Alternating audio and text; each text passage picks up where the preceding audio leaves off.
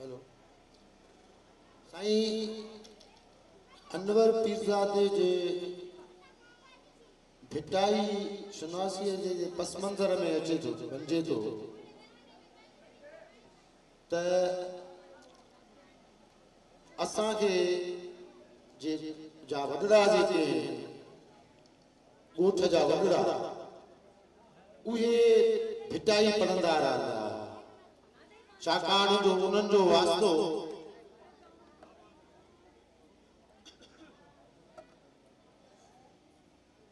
अले तसव्वुफ़ सां हुयो सूफ़ीज़म सां हुयो ऐं जिते जिते उहे शाम जो वेहंदा उते सूफ़ियुनि जूं काफ़ियूं चवंदा ऐं उन्हनि सां गॾु भिटाईअ जा बेत ऐं उहे बेतनि में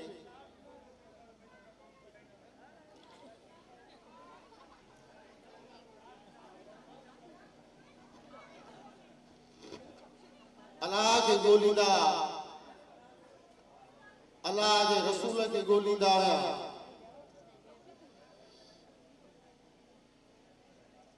तंहिं वक़्त में ॿ मौलाना दीन मोहम्मद वफ़ाई ऐं हकीम फतेह मोहम्मद सेवाणी उन्हनि जॾहिं भिटाईअ जे बेतनि ते ॻाल्हायो ऐं उनते लिखियो त उहो ॿिए अंदाज़ जो हुयो जंहिंखे पोइ आयो पैगाम लतीफ़ साईं जीअन सैद जो किताब जंहिंमें उन लतीफ़ खे आसमान मां लाहे हेठि ॿुधायो त हिन जी पाड़ धरतीअ में आहे ऐं अनवर पीरज़ादो उन खां पोइ उन या पलीजो साहिबु पोइ उन्हनि लतीफ़ साईंअ खे उन अंदाज़ सां पढ़णु शुरू कयो ऐं उन जूं अहिड़े नमूने जूं मानाऊं कढियूं अनवर साहिबु चवंदो हुयो त बाबा लतीफ़ पढ़ियल माण्हुनि खे कोन थो अचे छाकाणि जो जिन जिन शहर जे माण्हुनि रिसाला मरतब कया आहिनि उन्हनि त सोरियो उन जी माना सुओ लिखी छॾियो आहे इन जे करे तव्हांखे लतीफ़ ॿुधण जे लाइ लतीफ़ खे सम्झण जे लाइ सिंध जी कुंड कुर्श में वञणो पवंदो उते तव्हांखे ख़बर पवंदी त हितां जा माण्हू कीअं था जेको आहे सो लतीफ़ खे कहिड़े नमूने सां पढ़नि ऐं उनजी ॿोलीअ में उहे लफ़्ज़ रोज़मर्रा जी ज़िंदगीअ में आहिनि जेके लतीफ़ साईं लिखिया आहिनि सिंध एतिरी वसी आहे ऐं सिंधी ॿोली एतिरी वसी आहे जो तव्हां हिकिड़ी जाइ जो लहजो सम्झी कोन सघंदो पर इहा लतीफ़ जी करामत आहे जो तव्हां लस वेले खां वठी कच्छ भुज जैसलमेर ऐं उत्तर तोड़े नाड़ ताईं हिक ॿिए जी ॿोली सम्झी सघो था इन जे करे मां चवां थो त भिटाई साहिब खे सम्झण लाइ हुन वटि जेको ज़रियो हुयो उहो आम माण्हूअ जो हुयो साॻी ॻाल्हि जानी पंहिंजे में करे वियो तकरीर में त अनवर पीरज़ादो माण्हुनि जो माण्हू माण्हुनि जे माण्हूअ मां मुरादो आम माण्हू आहे जेको आर्ट खे पंहिंजे सीने में खणी ऐं ज़िंदगीअ खे घारे रहियो आहे ज़ाहिर आहे इहा तव्हांजी ॻाल्हि सही आहे त लतीफ़ खे परखण जे लाइ सिंधी माण्हूअ जे मिज़ाज खे परखणु आम आहे मुतरा तव्हां लतीफ़ साईं जा आशिक़ आहियो तव्हां लतीफ़ साईं जे आशिक़ जी हैसियत में उन ते कयल अनवर पीरज़ादे साहिब जे कम खे कीअं था ॾिसो महिरबानी तव्हांजी अनवर साहिब ते ॻाल्हाइणु जेको आहे उहो तमामु ॾुखियो आहे जो हू वॾे पाए जो माण्हू हुयो भाई अनवर साहिब जी जेको भिटाईअ खे उहो पेश कंदो त जीअं हलो हलो गोरी नाज़ुक जनी नीअं ॻंढियुनि सारो ॾींहुं अनवर जो भिटाई उहो ऐं अनवर जेको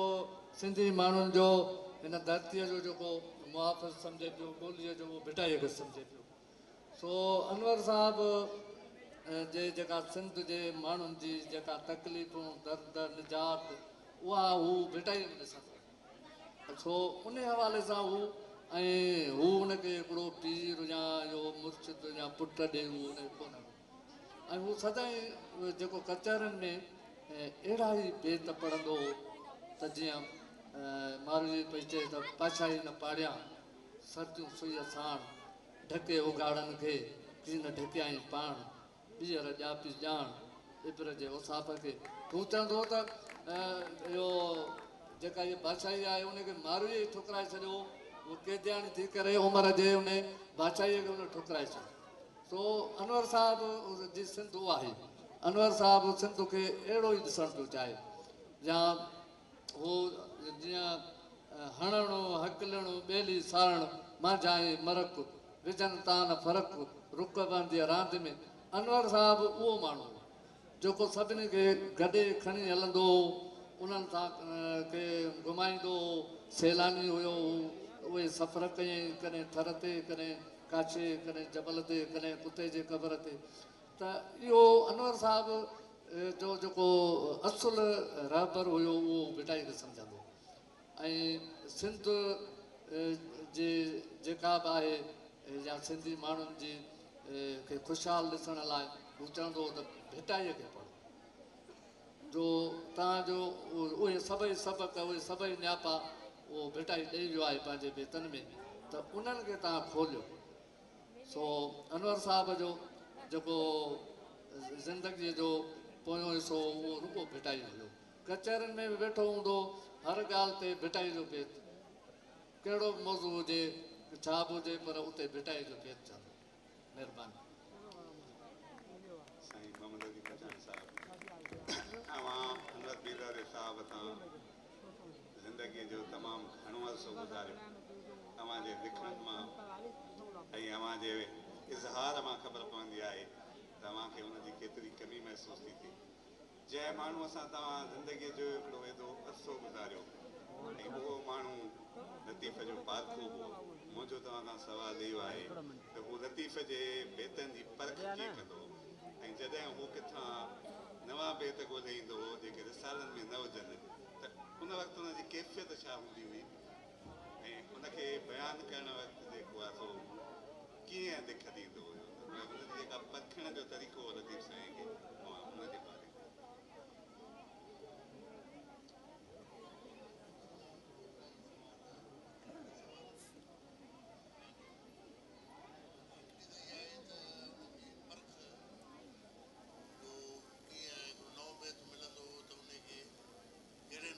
वाखाणींदो कीअं दोस्तनि में हुनखे निशांबर कंदो। मां तव्हांखे नंढो मिसाल ॾियां त हिते मोने जो दड़ो वेठो आहे ऐं जॾहिं मियोगीअ जी मुंद थींदी आहे त हितां जा माण्हू जेके आहिनि उहे मोने जे दड़े ते वञी उतां जा जेके आहिनि मतिलबु के सिका के ॿियूं शयूं सिका त न आहिनि मोने जे दड़े में के ठिकराया थाम वग़ैरह उहे उन्हनि खे लभंदा आहिनि। जो मिटीअ जो लटु लहंदो आहे त उहे ॻोल्हींदा आहिनि। पोइ ईअं हिकिड़े दफ़े बदर अबड़ो ऐं असां वियासीं अनवर साहिब साण हो त बदर अबड़े जेको आहे माना हिननि जो इहो त का शइ को लहे पियो अदा ॿई हथ मथे कयो अदा ॿई हथ मथे हुन हिकिड़ो ठिकर जी जेका आहे या बांगुर ठिकर जी शइ लथी ऐं हुनजो बाबा मां घड़ियाल लथो आहे। हे जेको आहे मोने जे दड़े जो घड़ियाल आहे। बाबा ही घड़ियाल कीअं हीअ त ठिकर जी इहा पटी आहे की न उहो जेके तीला खणी आयो 3 तीला विधई चई बाबा हाणे सिर जो का पाचो हिन ते ॾिसबो आहे वक़्तु मोने जे दड़े जा माण्हू ईअं ॾिसंदा। अहिड़े हिसाब सां हू जिते वेंदो हुनखे के नवां लफ़्ज़ मिलंदा त हू उन्हनि खे जेके डायरीअ में पंहिंजी डायरी हुनखे साण हूंदी हिकिड़ी कैमरा हूंदी हुअसि ॿी डायरी हूंदी हुअसि ऐं कलम हूंदो हुनखे त हू उहे लफ़्ज़ लिखंदो। भिटाईअ जा नवां बेत डेल्टा में वियो उते डेल्टा जी हिनखे रिपोर्ट लिखणी हुजे कंहिं मुहाणे हुनखे बेत ॿुधायो। हालांकि उनजो वास्तो बि जेको आहे उहो बेत जो को मुहाणनि सां कोन हो। ततीअ थतीअ काहे कान्हे वेल विहण जी ॿुधायोसि भेण नूरुदा ही बेत ॿुधिजो मशहूरु बेत आहे ततीअ ततीअ का हिकाने वेल वेहण जी लोचे बद लतीफ़ चए कमर केचन लाइ लोचे बद लतीफ़ चए कमर केचन लाइ जा जा आहे सोजरो तां तां करा लुकाए मतां ते हूंदा पेर न लही बिरीअ केर बि इहो नथो चई सघे त इहो भिटाई साहिब जो बेत न आहे मूं वटि रिसालनि में ॻोल्हाऊं कयूं उन खां पोइ मूंखे कलीच जो पुराणो जेको रिसालो आहे शाया थियल 1912 जो त उन में हिकिड़ी सिट मूंखे नज़र आई साईं हिकिड़ो मिंट साईं सिट न आहे त हिकिड़ी सिट मूंखे नज़र आई उन में त जा जा आहे सोजरो तां तां कर लुकाए इहे खज़ाना ॻोल्हे ईंदो अनवर पीरज़ादो हुनजो जेको रेडियो ते मौज़ूअ वार जेको बिल्कुलु बिना नओं कमु आहे जेको सिंध जे अञा ताईं कंहिं बि मुहक़क़ न कयो आहे भिटाईअ जी ॾुखी भिटाईअ जो सुख भिटाईअ जो जबल इहे मुख़्तलिफ़ मौज़ूअ जेके उन में तक़रीबन हुनजा 8-10 मौज़ू आहिनि पर मां हुनजो जीअं त वेठो रहियुसि हुन मौज़ूअ 250 ठाहिया 250 मौज़ूअ हुनखे लिखणा पर उहो रेडियो प्रोग्राम हुनजो बंदि थी वियो उन करे जेके अनवर जो उहो सिलसिलो ख़तमु थियो ऐं हिकिड़े वॾे खज़ाने खां असां महरूम थी वियासीं उन जो उनवान हो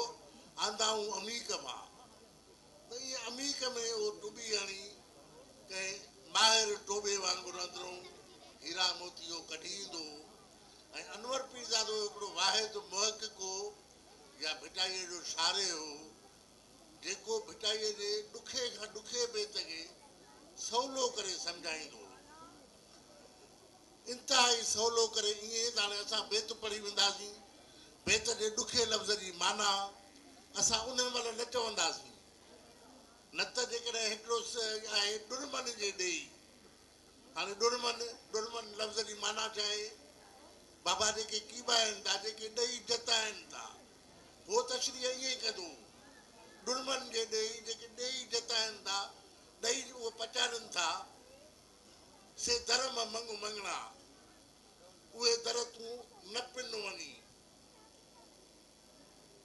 ॾुरमन जे ॾेई से धर्म मंग मंगणा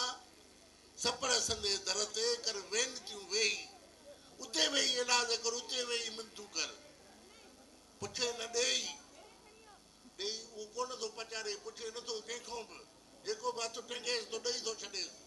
पुछे न ॾेई वरी लेखो न करे इहे अनवर तमामु आसान करे हीउ जेको भिटाई किताबु आहे इहो सिंध जे लाइ हिकिड़ो मिसाल आहे गाइड बुक आहे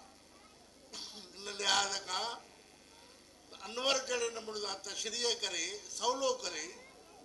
असांखे भिटाई पढ़ायो आहे उहो असांजे नसुलनि लाइ हिकिड़ो वॾो तोहफ़ो आहे इहो भिटाई किताबु सवेर कंहिं ॻाल्हि कई त तनवीर अब्बासी जो किताबु उहो अॻु में छपियो अनवर जो पोइ छपियो अनवर ही कमु अॻु में शुरू कयो 70 जे ॾहाके में 73 में भिटाईअ ते हुन बाक़ाइदगीअ सां लिखणु शुरू कयो हालांकि मोहम्मद परियल पीरज़ादे जे नाले सां शाह लतीफ़ जी छपियल लिखणियुनि जी बबिलियोग्राफी मां हिकिड़ी अनवर जे सालगिरह ते हुनखे गिफ्ट कई जंहिंमें अंदरि लिखियलु हो त 1969 में अदियूं रिसाले में अनवर पीरज़ादे जो मारूईअ ते हिकिड़ो मज़मून मोहम्मद परियल पीरज़ादे जे नाले सां छपियल आहे त माना अनवर अञा बि आगाटो कमु कयो आहे भिटाईअ ते ऐं हिन ॻोठ जा माण्हू जीअं त ओरना बिठोना भिटाई आहिनि जीअं सवेर जेको आहे जामी टांडे ज़िक्र कयो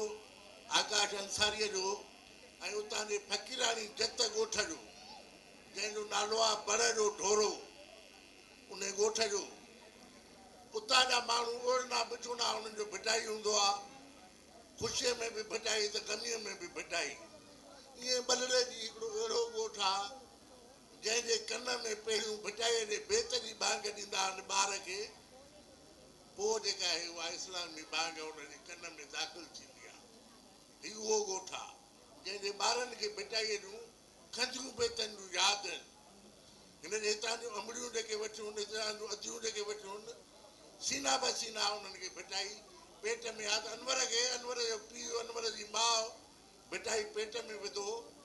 ऐं उन खां पोइ भिटाईअ खे आसान करे उन्हनि को अनवर खे सम्झायो ऐं उन सॼी संद खे सवलो करे भिटाई सम्झायो। महिरबानी। अनवर पीरज़ादे साहब जो हिकिड़ो आजो क्लिप आहे ऐं पंहिंजे मोअज़्ज़िज़ महिमाननि सां गुफ़्तगू खां अॻु में चाहींदुसि त उहो बि ॿुधो। किताब आदा ऐं उमीक मां उन मां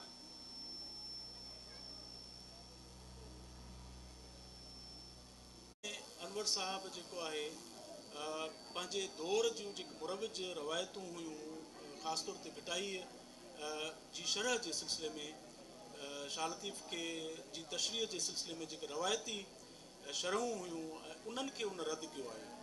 ऐं जीअं मोहम्मद अली साहब बि चयो त उन इहो कमु जेको आहे 70 वारे ॾहाके खां शुरू कयो ऐं ठीकु इहो ई ज़मानो आहे जॾहिं तनवीर साहब बि शाह लतीफ़ जी शाइरी जहिड़ो किताबु आंदो ऐं इहे मज़मून लिखिया। हक़ीक़त में छा आहे त शाह लतीफ़ जी शाइरी जीअं अज़ीम शाइरी जी डेफिनेशन बि आहे त अज़ीम शाइरी उहा आहे जेका मल्टी डायमेंशनल हुजे, घण रुखी हुजे, घण पहलू ई उहा शाइरी हुजे। इहो ई सबबु आहे जेकॾहिं ईअं न हुजे त लतीफ़ साईं जी शाइरी तव्हांखे हिकिड़े फ़क़ीर जी सदा में बि मिलंदी, पर हिकिड़े स्कॉलर जे ज़ुबान ते बि उनजी शाइरी मिलंदी कान। पर अनवर साहब जो चवणु इहो हूंदो त लतीफ़ खे सम्झणो आहे त माण्हुनि में वञी सम्झिबो, छो त हू माण्हुनि जो शाइर आहे, अवाम जो शाइर आहे। ऐं हू भिटाई जे उन्हनि बेतनि खे मतिलबु त वधीक अहमियत ॾींदो ऐं फोकस कंदो जंहिंमें पोरियतनि जो ज़िक्र आहे, जंहिंमें माण्हुनि जो ज़िक्र आहे, आम माण्हूअ जो, हारीअ जो, कोरीअ जो, लोहार जो, त उन्हनि पोरियतनि खे उन सां सलाहींदो। ऐं ॿियो अनवर साहब जी जेका ही किताबु आहे ख़ासि तौर ते भिटाई, उन में उन जेके मौज़ू चूंडिया आहिनि उन खां अॻु में तव्हांखे इन क़िस्म जा मौज़ू जेके आहिनि उन्हनि ते मज़मून या मकाला नज़र न ईंदा सिंधी ॿोली में। मसलन शाह लतीफ़ जे वहदतुल वजूद वारो जेको फ़लसफ़ो आहे तसव्वुफ़ में, उन जे हवाले सां त जाम लिखियो वियो इन दौर ताईं, पर शाह लतीफ़ जो क़ौमी वहदतुल वजूद, शाह लतीफ़ जो सक़ाफ़ती वहदतुल वजूद या शाह लतीफ़ जो सियासी वहदतुल वजूद, इन क़िस्म जा मौज़ू जेके आहिनि उहे अनवर पीरज़ादो साहब पहिरियों दफ़ो खणी आयो ऐं हुन भिटाई खे सिंधी सक़ाफ़त जो ऐं नुमाइंदा शाइर करे पेश कयो ऐं अवाम जो शाइर करे पेश कयो ऐं ॿुधायो त लतीफ़ जेको आहे जॾहिं चवे थो त मथनि टुबकड़ा चिकंदड़ा अचनि, खुड़ियूं खिह भुकलियूं पघर सिर पेरनि, इहो वड़ वेड़ी चन मूं लोॾां ई लखिया। त माना भिटाई जेको आहे सो उन्हनि माण्हुनि सां जुड़े थो जेकी बज़ाहिर मेरा गदला आहिनि, पर उहे ई हुन जा हीरो आहिनि, उहे ई हुन जा जेके आहिनि से सूरमा आहिनि, सूरमियूं आहिनि। ॿियो ख़ासि तौर ते शाह लतीफ़ जी शाइरी में जेको सियासी शऊर आहे उन जे हवाले सां बि अनवर साहब हिन किताब में 2 मज़मून लिखिया आहिनि ऐं हू ॿुधाए थो त लतीफ़ खे असां उन जे महदूद तशरीहुनि मां जॾहिं ॿाहिरि कढंदासीं उन दौर में इहा ॻाल्हि को बि तस्लीम करण लाइ तयारु न हो त भिटाई जी शाइरी में को सियासी शऊर बि थी सघे थो या अदब ऐं सियासत जो बि इवन कोई लाॻापो थी सघे थो, इन ते बि बहस थींदा हुआ। उन दौर में अनवर पीरज़ादे साहब जेको आहे सो नरगो लतीफ़ साईं जे उन सियासी शऊर खे उन जे शाइरी मां, उन जे रिसाले मां परखियो, पर साबित कयो। हू चवे थो त जेकॾहिं अॼु पाणीअ जो मसइलो सियासी मसइलो आहे त उहो कल्ह बि त सियासी मसइलो हुयो। हू चवे थो जेकॾहिं मारवीअ जो क़ैद में रहणु इन जी मज़ाहिमत उनखे असां जेको आहे सो सियासत खां धार कयूं त असां भिटाई सां ॼण त बेइंसाफ़ी कंदासीं। ॿियो हू चवे थो त लतीफ़ साईं खे उन जे रिसाले मां परखियो ऐं रिसाले मां परखण जो मतिलबु इहो आहे, जीअं हिते सवेर जेको आहे दोस्तनि ॻाल्हि बि कई त लतीफ़ साईं छो त सॼी ज़िंदगी जा तक़रीबन 23 साल सफ़र में गुज़ारिया आहिनि ऐं 3 साल हू जोगिन सां ऐं कापड़ियुनि सां गॾु घुमियो आहे, त हुन जेको आहे न रुॻो हिकिड़ो को इलाइक़ो घुमियो आहे पर सिंध जो चपो चपो हुन चुमियो आहे। उत्तर लाड़, काछो, थर, कोहिस्तान सभई इलाइक़ा जेके आहिनि से हुन ॾिठा आहिनि। त हुन पंहिंजे रिसाले जे अंदरि उन्हनि पंहिंजो इलाइक़नि जी ॿोली ऐं लहजा ऐं डायलेक्ट्स जेके आहिनि उहे बि आंदा आहिनि। ऐं अनवर पीरज़ादो साहब इहो चवे थो त हुन इन तरीक़े सां ॼण सॼी सिंध खे हिकु जॻह ते करे छॾियो आहे ऐं सभिनी खे हिक ॿिए सां खां वाक़ुफ़ु कयो आहे। ख़ासि तौर ते अनवर साहिबु जॾहिं हुन सां मुलाक़ात थींदी हुई त हिकिड़ो बेत अक्सर करे ॿुधाईंदो हुयो, सुर सारंग जो बेत, त सारंग खे सारीन आहिनि जुगाड़ी ऐं मदारी क़िस्म जा माण्हू आहिनि जेके जंहिं वटि का बि स्पार्क कोन थी मिले। हे ई माण्हू आहिनि जेके सचपच त ॼण ऑक्सीजन फराहम कनि था ऐं पोइ माण्हुनि खे अहिड़े मोल समाज में साह पए थो ऐं पोइ जीअरो थी माण्हू कुझु जेको आहे सो लम्हा गुज़ारे थो। त हीअ अनवर साहिब जी जेका महफ़िल आहे या मेलो आहे इन में हिन वक़्त ताईं हुजण जो सबबु इहो आहे त हू हिकिड़ो इंस्पायरेशनल माण्हू हो ऐं जेके बि माण्हू भली वॾा हुजनि या नंढा, अनवर साहिब सां मुंहिंजूं तमामु घणियूं त न पर मुलाक़ातूं जेके बि रहियूं उहे यादगार रहियूं ऐं उहे अक्सर बेशतर जेको आहे उहो लतीफ़ साईं जे सिलसिले सां ई हूंदियूं ऐं जॾहिं बि ज़िक्र फ़िक्र थींदो त मौज़ू जेको हूंदो लतीफ़ सरकार ई हूंदो। हाणे मसइलो इहो आहे जेतिरो क़दुरु तव्हांजो सुवालु आहे त लतीफ़ ते आउं सम्झां थो त सभ खां वधीक कमु थियो जेके बि असांजा शाइर आहिनि, सूफ़ी आहिनि या जदीद शाइर आहिनि, शाइरी जे सिलसिले में सभ खां वधीक मिक़दार जे हवाले सां लतीफ़ साईं ते कमु थियो आहे ऐं उहो भली एमफिल PhD जो हुजे या ईअं ई अकेडमिक कमु हुजे, उहो घणी अक्सरियत में जेको आहे उहो थो मिले। पर मयार जे सिलसिले में जॾहिं छाणी खणी छाणबो त तमामु थोरो अंग आहे जेको सालिड क़िस्म जो मिले थो या समाज जे कम जो मिले थो, जंहिं जे रंध ऐं पंध ते माण्हू जेको आहे सफ़र करे सघे। जीअं मैडम नूर चयो त उन्हनि मां अनवर साहिबु हिकिड़ो आहे जंहिंजी कम खे लतीफ़ साईं जे सिलसिले में जेकॾहिं छाणबो त उहो खोड़ सारो जोहर उनजो असांजे साम्हूं अचे थो ऐं रहबरी ऐं रहनुमाई जो सबबु बणिजे थो। उनजो सबबु छा आहे? हालांकि तमामु घणा आलम आहिनि जिन लतीफ़ साईं ते कमु कयो आहे, पर छाकाणि त अक्सरियत उन्हनि जी इल्मी आहे, अमली न आहे। उहे किताब पढ़िया अथनि ऐं किताब लिखिया अथनि। अनवर साहिबु जेको मूं महसूसु कयो, ॿियनि दोस्तनि जो हुन सां तमामु घणो तालुक़ु रहियो हूंदो, पर जेतिरो मुंहिंजो रहियो हुन सां त हुन लतीफ़ साईं खे कॾहिं बि लुग़त मां वज़ाहत न कई, हुन माण्हुनि मां वज़ाहत कई। ऐं छाकाणि त हू इल्मी त हुयो पर उन खां वधीक अमली माण्हू, छाकाणि त भिटाई बि इल्मी खां वधीक अमली हुयो। सॼी ज़िंदगी हुन सफ़र कया ऐं सॼी ज़िंदगी अनवर वरी सफ़र करे हुनखे तलाश कयो। आउं चवां थोरो मुख़्तसर आउं चाहींदुसि त वर्जा न थिए त बहितर आहे। मां चवां थो त अनवर साहिबु सॼी ज़िंदगी जेको आहे सफ़र कया ऐं भिटाई सां बि कया। भिटाई सिंध खे दरियाफ़्त कयो सॼी ज़िंदगी सफ़र कंदे, ऐं अनवर साईं वरी जेको आहे लतीफ़ खे दरियाफ़्त कयो। आउं सम्झां थो ॿिए सेशन जेको राउंड ईंदो त उन में वधीक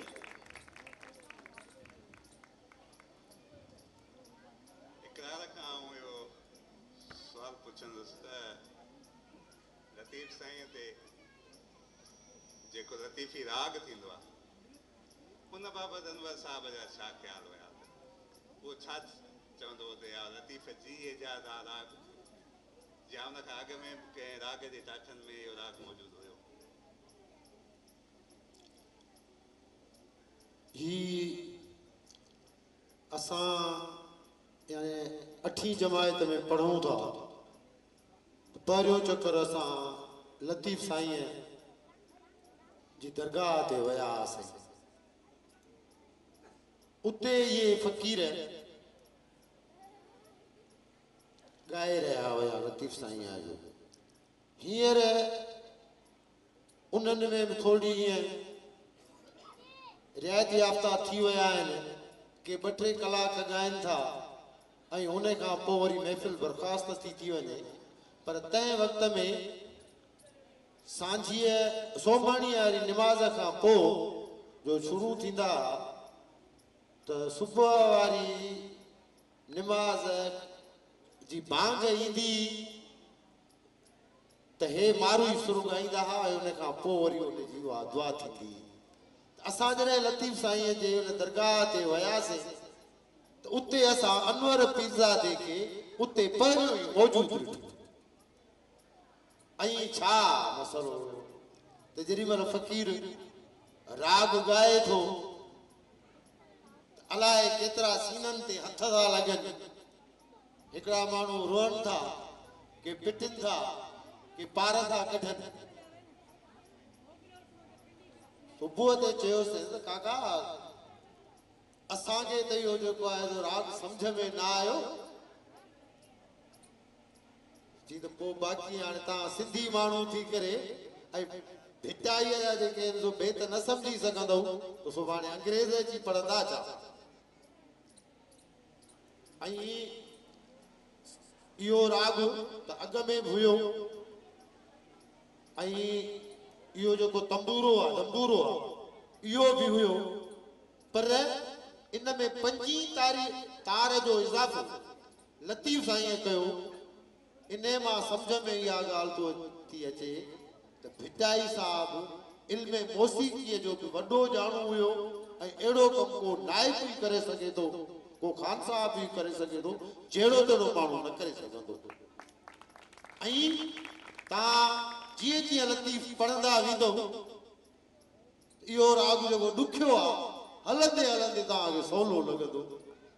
ऐं जीअं दोस्तनि ॻाल्हि कई त कंहिं वक़्त में अनवर साहब ईअं ई पढ़ियो त आड़ियूं अबर आसरे पर ज़िंदगीअ जे आख़िरी टाइम ते उहो पढ़ंदो आड़ू अबर आसरे आड़ी त बाबा आहे पाणीअ जो पखी उनखे मींहं जी ज़रूरत न आहे पर उहा आर आहे सन्हड़ो जीत जेॾी महिल उहा ॿोलींदी आहे त थर जा माण्हू चवंदा मींहुं आयो की आयो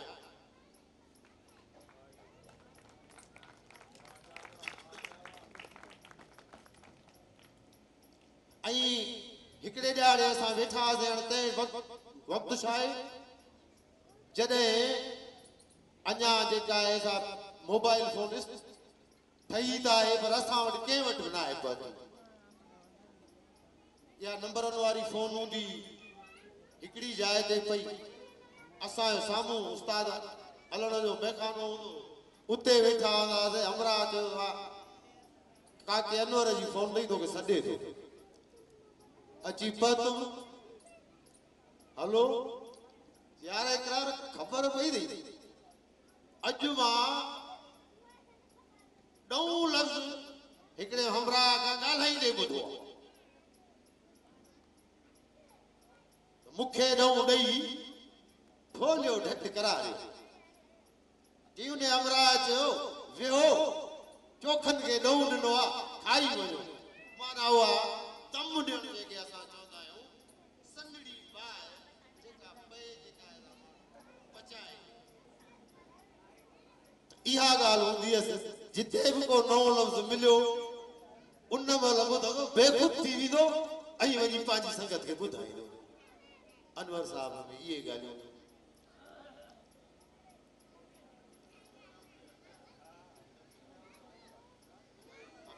बाक़ी हिकिड़ी ॻाल्हि जेका आऊं कयां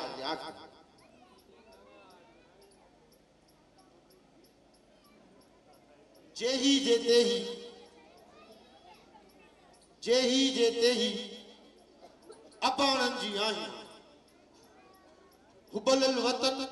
मिनल ईमान अंदर में पखन में पेही मौलन जी मरलाया मैडम महताबजन पाण हिकिड़ी आला क़िस्म जो औरतूं उनजो पंहिंजो कमु ई अहिड़ो आहे जो अनवर साहब जहिड़ा माण्हू बार बार ईंदा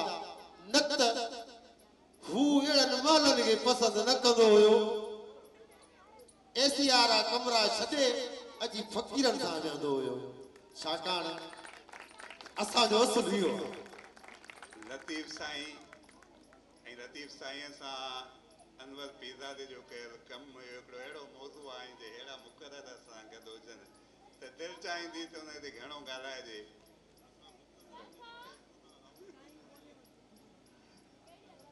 पर